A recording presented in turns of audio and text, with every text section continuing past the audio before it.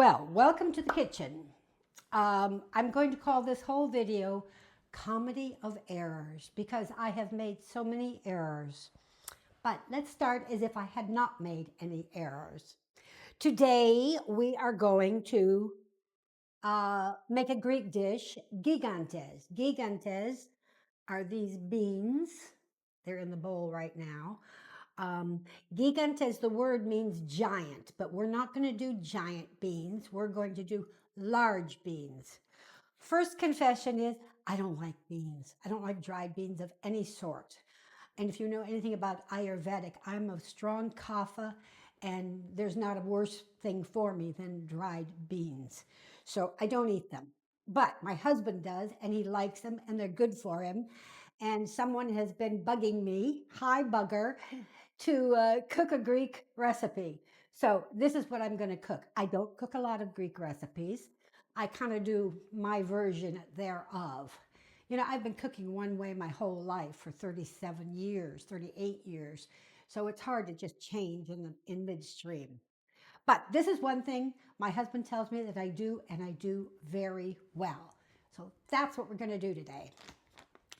I have measured out here 250 grams of beans. There's 500 grams in a bag. And then I'm going to fill this with water, and they will soak overnight in water. Now, I have another confession to make.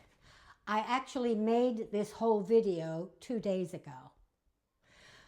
I was misorganization, which I am not an organized person. But I had everything. I had all my ingredients laid out. I had all my equipment laid out. I just had everything wonderful, and I planned to do it when Vasilis was gone from the house, so I didn't have any external noise. And everything was going great. I was talking with you all. We were joking. We were having a good time. Believe me, we were. Then I get done chopping, I saute, I make the sauce, and I put the beans in. And it dawned on me, I had forgotten to actually cook the beans. You soak these overnight, 24 hours to reconstitute them. Then you drain them, then you rinse them, and then you slowly cook them until they're soft. And in all my wonderful organization, I had forgotten to do that. So what do? You pivot. I pivoted and I said, okay, we're going to make this a blooper bean dish. And I shared all this with you guys. We're going to actually put the beans in the sauce and add some water and try cooking the beans in the sauce. Well, any of you who have ever done that, you know it doesn't work. They never get soft. But I thought, okay, I'm going to do the video anyhow. So I ended it, and we laughed, and we threw the beans away. And then I looked at the video. It had no sound. The whole video had no sound. You see, when I was in America, Sarah and I bought a new microphone, and it's this magnetic microphone, and it's wonderful, and I love it. But you actually have to turn the thing on. I had not turned it on. It had not paired. So there was the whole video with no sound. So here I am now doing it again. So that's my blooper beans, which you were never going to see because there was no sound, but now we're actually going to make beans. So ciao for now. See you tomorrow, and we'll begin cooking. Okay, good morning. And here we are back with our beans. They have soaked all night and puffed themselves up. And now we're going to drain them and rinse them. Put them in this saucepan and cover them with water, and I'm going to put them on the stove on a slow simmer. So we're going to put the beans on the stove on a slow simmer. I seem to have locked my My stove goes from 0 to 9, and I'm going to start it at 9 and get the heat up, and then I'm going to turn it down to about 5 and keep an eye on it. And do set a timer. I always think I'm going to remember to check on it, but my little brain gets involved in something else, and I come back and the water is gone and I've burned the beans, which means I have to start all over again. And I've already started over once, remember? So set a timer and come back and check. It does take quite a while. But what we can do in the meantime is I can start doing my chopping and sauteing. So I'm going to get ready to do that. Taking a break. Okay, here we are, back. I have to duck a little bit because trying to get an angle of everything. We have put the beans on 5 after they started just to simmer a little bit. And now we'll just let them simmer very slowly. And a froth will come up. You can spoon that off. So here we're going to begin. We have onion. We have garlic. We have carrots. And I want also some peppers. Here are some of my peppers from the garden, which this summer I froze. And we're going to get 3 of those. This is such a brilliant idea. I saw this on another YouTuber's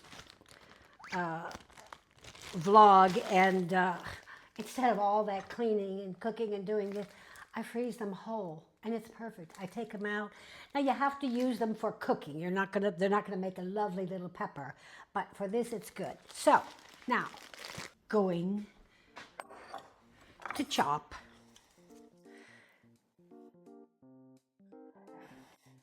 all of my debris. We feed to the compost. And this is a great little chopping hack that I learned from Katerina down at Odyssey Glamping. And she just takes the peel back, and I mean, I used to do this, but I did this by cutting both ends off, and then you try to hold the onion together. So this way you keep the ends on, you slice them this way, then you go in and cut them into chopped size onions. And they stay together. They don't fall off all over the place. So that is a little tip from Katerina at Odyssey Glamping in Poros. She has a wonderful place there, and she does cooking classes, Greek cooking classes, which is so interesting and fun. I see people having fun there all the time. I'm always there selling my jewelry, so I never have time to do it. Okay, we're going to use the whole onion. If your eyes ever get teary like mine are right now cutting onions, you know what you do? Stick your face in the freezer. A couple seconds. I'm going to do it. Excuse me. Works like a charm. All right.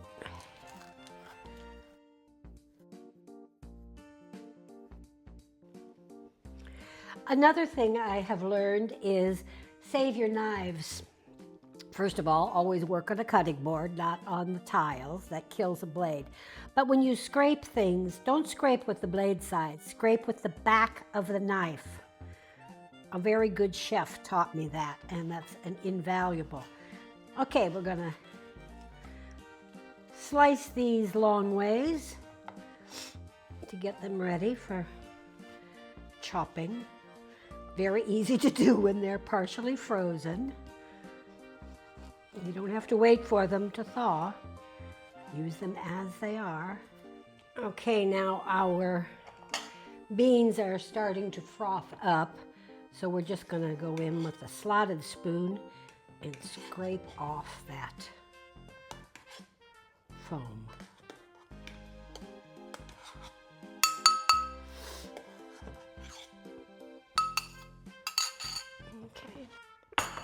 And we're going to continue. Seeds and all. I don't take the seeds out.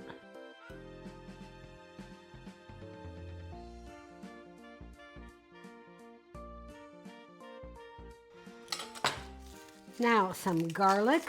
That was 3 peppers, a whole onion, and I'm going to use 3 garlics. You can do this to your own taste. You could put more things in. You could put in parsley. And I will put oregano in when I make the sauce, oregano, salt, and pepper. But you could add parsley to this. You could add whatever you have on hand. And I actually add, which I'll tell you at the end, a very untraditional item that Greeks don't usually use, but I use it and my husband absolutely loves it. Gives it just a little kick. And I have a secret ingredient. What's my secret ingredient? Okay.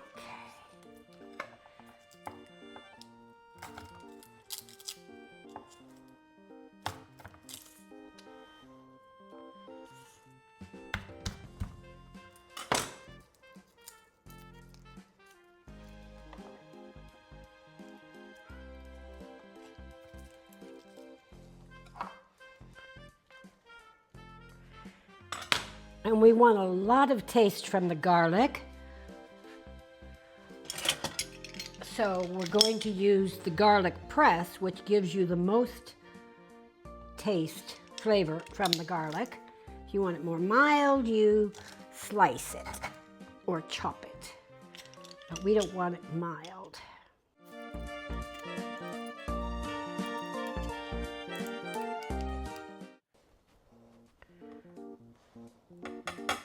There is our garlic. Now we're going to do some carrots.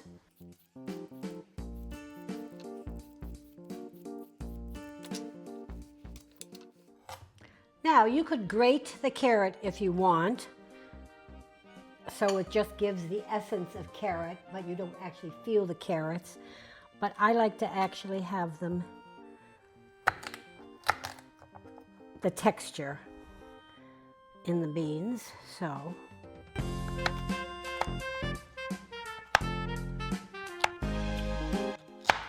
Two carrots cut in quarters. Now let's chop them up.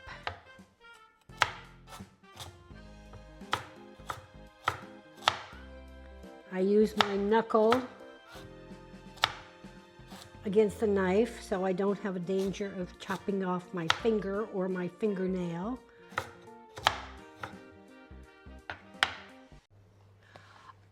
Okay, we have everything chopped. Our beans are simmering lightly, and we're going to start to saute.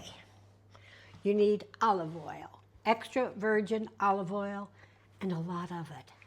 However much you think is enough, use 2 times that. Seriously, Americans, you need a lot of olive oil. All right, we need to let my carbonized steel pan get hot. And okay, our pan is good and hot. We're going to add a generous amount of oil, and I do mean generous. I'm going to let that heat up. And then we're going to start adding. Okay, that's looking good. It's beginning to smoke.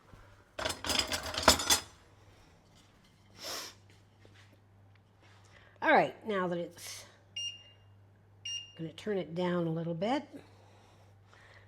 I had it on 9 to get it nice and hot. We're going to add first the onions.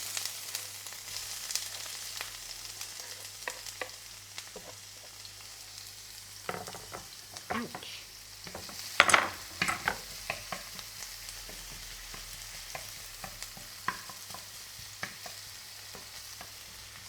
Okay, just let the onions get fragrant. Our beans are simmering away.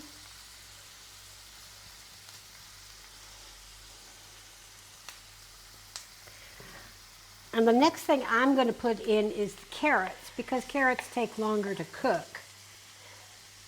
And my Greek husband, like most Greeks, do not like their vegetables al dente. So I need to make sure they're well cooked. Now, I would normally be putting a bay leaf in here, but I don't seem to have a bay leaf. Actually, I have a couple sad little tiny bay leaves I'll put in there. I need to put that on my list. All right. Now we're going to put our peppers in and the garlic.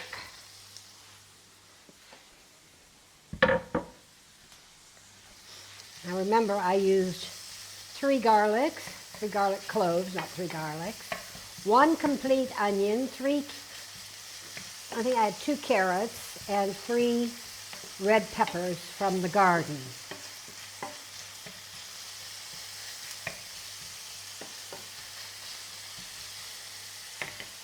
Okay, we're going to add some pepper, not salt. Don't add salt. Because my secret ingredient, number 1 secret ingredient, is going to go in next.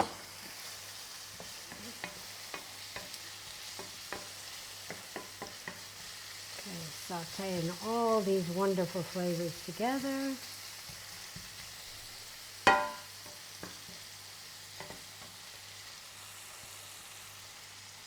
And here is my secret ingredient.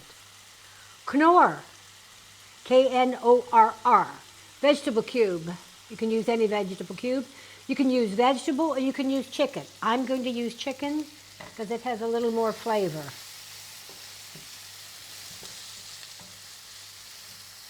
Now we just want to get that melted into that and incorporated.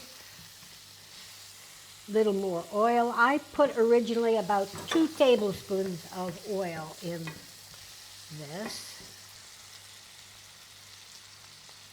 This is a lot of cooking and time and trouble for something I don't like and I don't eat. Aren't I a good wife?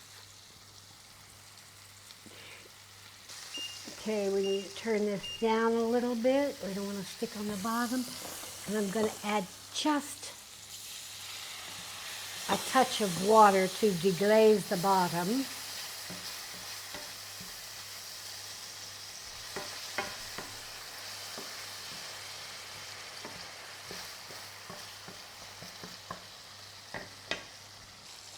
And here we have a container of crushed Greek tomatoes by KNORR.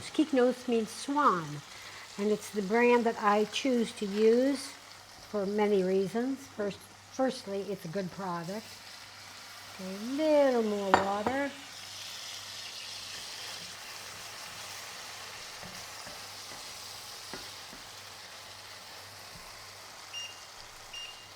Turn that down a little bit. And we're going to add our canned tomatoes. Okay, now, as I said, you don't want to add more salt. The KNORR cube has a lot of salt in it. You can get a low salt version, but I just don't add salt. And just going to let that simmer a little bit. That's it for now. The beans continue to cook. They're going to take a long time to cook. So, but when I get done, I'll mix them together, put them in a Pyrex dish to go in the oven, and then put it on, top it with Sherry's secret ingredient. Okay, here is our sauce done simmering. I simmered it for maybe another 5 minutes, and I added some oregano and some timari. Timari is thyme. And here are our beans simmering away. They take quite a while to soften up. And that's it for now. right, here we are. Hello. Getting down to our final secret ingredient, Parmesan. Everything's better with Parmesan. So, I'm going to grate the Parmesan because our beans are now nice and soft.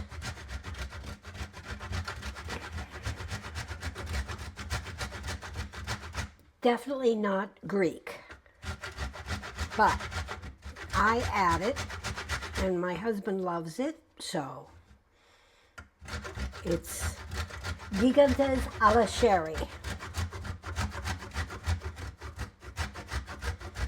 I have my oven on at 180 Celsius, which is, I think, about 320 Fahrenheit. The rack in the middle of the oven. Something I didn't say, the peppers I use are sweet peppers. They're not spicy peppers. But there's no reason you couldn't put in some pepper flakes if you liked, just to knock it, kick it up a notch, as Emerald says. That's quite a lot of Parmesan, but as I say, we like it. Now we're going to add our beans. There's still a little water left in there, but I'm not going to put the water in yet. But the water does have a lot of flavor.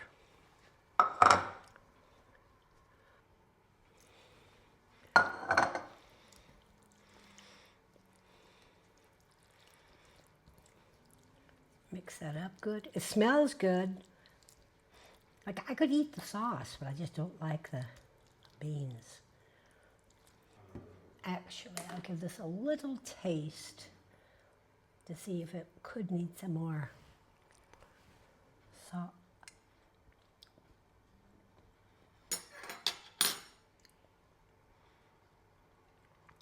No, I don't think it needs more salt.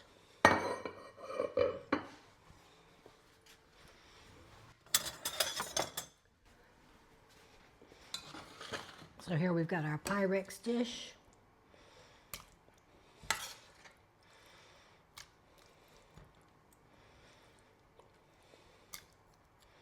And our Parmesan.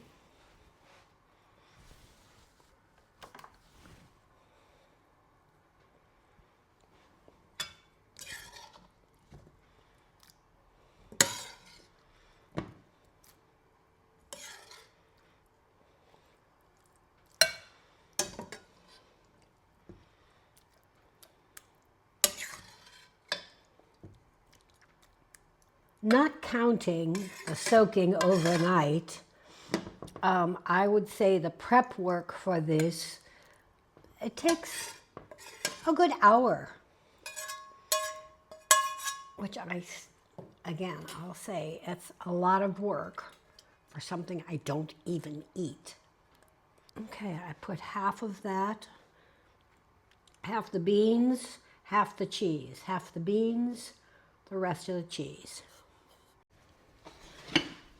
So, there we are, our casserole of beans. The oven is preheating. I'm going to put in there, and it'll be about an hour and 15 minutes. And then it's nice if you take the lid off and put it in for another 15, 20 minutes until the cheese gets nice and toasty. And that's it. I hope you enjoyed cooking with me in the kitchen. I hope you enjoyed my blooper story. My. Oh, this learning curve is great. And if you make the beans, or you anyhow have always made beans, comment. Tell me what you put in. Tell me what you would do different. Yeah, I love hearing comments from you, and I answer every single comment. So that's our video for today. You will find all of the ingredients in the notes below, and happy cooking. Ciao for now.